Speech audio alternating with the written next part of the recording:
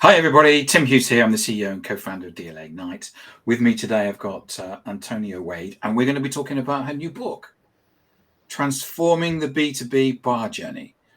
We're going to pull some things out of the book and talk about that. It's a fantastic book, Antonia. I really enjoyed it. Well, thank you. And anything that puts forward the cause that people go out on the internet and they look for stuff is an amazing thing. Before we get in and talk, where can people find you? Well, firstly, thank you so much for having me, Tim, and thank you for both reading and endorsing the book. I'm looking forward to the discussion. Where in the world people can find me changes every week because I feel like I'm pretty constantly on the road, but I am always on LinkedIn, so that's a good place to find me. So do feel free to get in touch with me via LinkedIn or have a look at some of the posts that I'm making there. So I had to check this just now on LinkedIn. You are Chief Marketing Officer at PwC. That's right. So many people know PwC, but it's one of the world's largest accounting, tax, and consulting businesses. We are in pretty much every country in the world, and I am the Global Chief Marketing Officer. So in that role, I look after brand strategy, guidelines, messaging, and governance. Some of our kind of marquee brand-defining thought leadership, our global campaigns around things like climate and sustainability. I look after the sales and marketing technology stack, including pwc.com, and I look after, so I have a team that does marketing into our biggest accounts, but also looks to share best practice across marketing and sales around the world. So based on your work-life balance of being Chief Marketing Officer at PwC, where did you find the time to write the book? Well, it's quite funny because I actually had a break between my last job and this one of 3 months. And my husband said to me, please do something, Antonia, because if you're in the house with nothing to do, you're going to drive me insane. So it's either write a book or get a divorce, I think. But that's what got me started anyway. And then I sort of was able to kind of complete it because as I said, I travel a lot. My children were very kind about letting me have a bit of time at the weekends and holidays. So that's how I got it done. I think across most things in life, you're trying to balance out, doing your best. And I really believe in doing what you say that you'll do and committing. And so getting that kind of balance across the goals that you'd like to achieve whilst juggling family, friends, husbands, it's just something that we're all dealing with these days. So one of the things that comes out about from the book that I really like is this, because I've made a note of this, and it's like, it was I had an aha moment about it, which is that there is this view that their world is digital or it's human. And actually what you're saying, it's digital and human. Right. And actually, I think that the best companies are the ones who offer the most choice, so that at any point somebody can choose to engage digitally or through human channels, because you don't know. And that means that those two things need to be good advocates for each other. And you often find in B2B this sort of still kind of tendency to really focus a lot on what I would think of as the human channel, i.e. sales. And actually what we find in PwC, but also when I talk about in the book, it's in all companies, there are more buyers being involved in every decision, and actually individuals are involved in very many decisions. And so at any one time, they can be looking at all of your digital channels and talking to a number of representatives in your company. And it's sort of beholden on you, therefore, to give a similar quality of experience across all of them. We have a client that, and they tell us that they have 100 stakeholders per sale. They're a supply chain software company. Wow. But I'm sort of not surprised. And those are the 100 that are kind of visible to them. And so, yeah, I mean, it's an interesting challenge being in B2B marketing, because you're having to communicate with people as representatives of their company, as part of a buying group, and as individuals with their own personal preferences. And those things aren't fixed, because their role in a buyer group might change depending on whether they're the primary buyer and they feel accountable for it, or whether they're influencing it. And then at different points in the day, in a cycle, I want to be communicated with in a slightly different way as a human being. So we're managing a very nuanced kind of relationship, I guess. And it's an omnichannel relationship. And I think that a lot of B2B organizations are still quite sort of nascent in really understanding that, and still quite a lot of dependency on that human channel, which means that perhaps you don't get the investment or kind of the time with the board that perhaps you need in order to do that very successfully. So in the book, and you get rid of the sticky. You talk about the process that organizations go through, and you've got different names for those. So if I read them out, you've got the horizon scanner, then the explorer, then the hunter, then the active buyer, and then the client. And what you do is you talk about the different people that are involved in the buying process. So you'll get people that are saying, I'm what you call a horizon scanner. So that's someone that's saying, I think that we've got to get something, and I need to have a long view of that. Right. So talk us through how you came about your 5 stages. My stages. Thanks. Well, I think that the first thing, and I start off by talking about this at the very beginning of the book, which is I think that the idea of the funnel is quite unhelpful in B2B marketing, particularly in complex sales, because it assumes a singular person or set of people going through a kind of rational set of decisions, and that the volume of those people changes in a really predictable way over a very course of time. And the reality is that's just not how it works.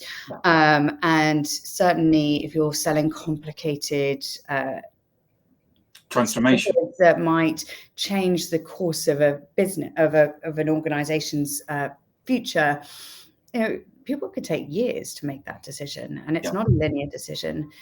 We also see that in B2B that delegation is key, right? So you don't see CEOs writing RFPs. So again, the idea that you have the same people, the people who are architecting strategy are looking for ideas and information. So I talk about horizon scanners. What they're trying to do is to say, I need to understand what's going to be an opportunity or threat for my business. How do we create resilience or growth or shareholder returns over the longer term? And what does that mean that we might need to consider doing, right? So they're really far away. Then they move into a phase of going, I think we might need to do something about this. And that's a period then of creating business cases, internal socialization, sometimes even getting funding to do the first degree of scoping. So, and like running a pilot or something like that. My own experience of being a buyer is, that involves several trips to the boardroom. It involves a whole lot of internal. And so at that point as a buyer, you're looking for ideas, opinions. You need to present yourself as an expert and you're defining your own point of view. And then at a certain point, you get the sign off and you decide you're going to do something. And it might be that the person who is charged with doing something might be the person from the stage before. It's unlikely to be the person from the stage before that. And so there's a variance in your target addressable market depending on which phase of the journey the buyer's in. And you can't assume that somebody has been through all of those stages. And it's interesting because you look at B2B companies that do make that assumption and you think, gosh, if I came in at this point, you really are thinking that I know quite a lot about your business, and I probably don't. So you have to kind of cater for what you think the market is in each stage. But anyway, at the point at which you're going into what I call the hunter, you're in the market and you're looking for solutions. Yeah. Now, where you're doing the more complicated things, you've probably been through those 2 processes. If it's something you bought before, or if it's reasonably standardized or it's regulated, you might be coming in straight at that stage where it's explorer. You have a well-defined problem by that stage, whether you've spent time defining your problem or whether you understand your problem very well. That's the point. So you can come in at 2 points into that hunter part. And then you're really looking for suppliers who can help you. And that's where, as a marketing organization, you're really starting to compete differently than how you have for attention than you have in the previous 2 phases. Then you're on shortlist, you're an active buyer. You then move into being a customer or a client. And I sort of challenge a little bit some of the things that you read about account-based marketing, because I think there are 2 objectives. Either you want to drive loyalty within the people you've sold to, because it helps them to drive advocacy earlier on in the process for your next set of buyers. or you might be trying to expand your share of wallet. And there, what I do is I take the framework that I just described and say, how would you amend that if you're trying to use that in an environment where you're trying to create new relationships in order to expand the share of wallet? And so, and across all of it, I sort of suggest that the content, the channel, and the metrics that you would use would be subtly different. And then what I try and do with the framework is to say, well, you should be able to try and design campaigns with insights in mind, so you can learn about what people are doing in each phase and when they're on the move and when the people in each phase is changing. But also, how do you decide where you put your dollars? Because you sometimes see in B2B environments a big tendency towards either generating leads or closing pipeline. But actually, it might be a smarter move to keep your customers loyal, or to create future demand. And without a framework like that, if you're stood in this sort of funnel thing, you're going to always I think you're kind of always going to congregate in that sort of middle to bottom funnel. It doesn't give you the option to talk about the choices because it assumes that all of those things are catered for. Yeah, and I'm just fantastic, Antonia. I think that was wonderfully put. Just going through those items again, and I think that you're in an ever-changing world, regardless of how big or small the company is. Because quite often when we're talking about PwC, we immediately think of big companies. But the buying behavior doesn't matter whether you've got 10 people in the company or whether you've got 100,000 people in the company. I think there's still people that are going, artificial intelligence. What on earth is it? What on earth is going on? Is that something that we should be looking at? Is that something that we should be investing in? What does ChatGPT mean for us as a business? And it means the same whether you've got 100,000 or 10 people in the company. And that's where you would possibly get an horizon scanner to say, to actually go and go out and tell me, come out of a board meeting, you go to somebody in the office and say, can you just go and find out what's going on with AI? Everyone's talking about it. Yeah. We need to have an opinion about it. And can you come back and either present to the board or present to me or whatever? And I think that that's a reality in the world. Would you agree? Yeah, I mean, certainly I agree that everyone's interested in AI at the moment, and we certainly. I'm just picking that as it could be. I mean, I just looked. It could be anything, climate. It could be any. But the metaverse, ESG. Whatever it is. Exactly. What as a board, as a leader of the board, most businesses, big or small, need to have an opinion about it, and someone needs to go out and scan and find out what that is, and they will probably do that with or not contacting a supplier. Well, and actually more likely not. And it's interesting because whether it's a big company that's doing that or a small company that's doing that, and actually, just as an aside, I mean, I wrote this book sort of before I joined PwC, but of course, PwC, like a lot of large companies, sells all sorts of varied products and services, some of which are at a smaller price point than others. Kind of interesting dynamic, but I think, but yes, that is absolutely true that, you have people out there looking at what are the opportunities and threats for their business. And those things do change a lot. And the idea that they're going to incur what I think I refer to in the book as the debt of obligation of talking to a salesperson, because as soon as you phone up a salesperson, they're going to start calling you and calling you and calling you. Whereas actually what you just want is information. You want to educate yourself. You want time to develop a point of view. You don't want to incur that debt of obligation.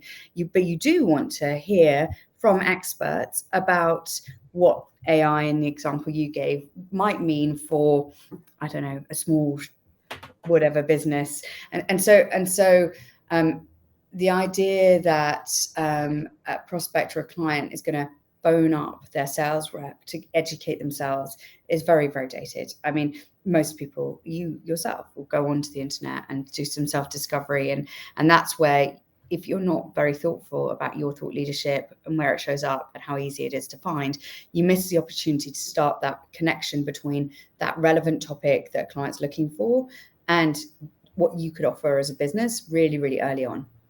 Yeah, I think because of course what we always do is we forget that there's a buying process and there's a selling process, right. And the two are actually disconnected. Right. And I think quite often people forget that. And I love your term, a debt of obligation. There's there's a blog in that, which is that the moment you speak to a salesperson, you become a line in the CRM. Exactly. And that person is basically, they have a manager and they're going to say, budget, authority, need, timescale, et cetera, et cetera, et cetera. So what you'll do is that and the internet is a fantastic thing to avoid talking to salespeople. Right. And exactly to your point, like you don't want to be forced into a sales situation. And then sometimes that can be very damaging for your brand and reputation, because actually if you're too aggressive at the point at which somebody's just trying to inform themselves and educate themselves, honestly, they're never going to consider you and you've lost your opportunity. Whereas thought leadership, digital channels, events could have served you much, much better. And I think particularly when problems are ambiguous and people, they're looking for experts, and you don't always want to buy from experts either. You want to hear expertise from experts, and you might want to buy from that company, but the experts aren't selling and the salespeople aren't always experts. And so again, I think kind of mix up the dynamic, and sometimes you see companies really missing the opportunity to position their experts, which probably is a better way of getting to that sale and actually a faster way of getting to the sale. From the beginning of time when I was in sales, it was you've got to control the sale. And that's all about actually getting in early. But because of the way that the dynamic works now, which is that we go online and we look for stuff, and then we may actually engage with the salesperson or the supplier, as you say here, you could be at hunter or active buyer status before you engage. So you've gone through a large chunk of the buying process, at that point, quite often suppliers are just commodities because you're on a short list of 5. Right. If you got on the short list. If you've got on the short list to begin with, exactly. And I'm interested in your point of view, Tim, because one of the things I say in the chapter about how marketing and sales can use the framework to work together more effectively, I offer a little bit of a provocation that the most successful B2B companies will be those where marketing sets the client experience and sales services it. Which feels very different to kind of classic old-fashioned B2B. I'm interested in your point of view about that. Oh wow, it's interview with me time, is it? Well, just for a minute. I'll give you a minute. Okay.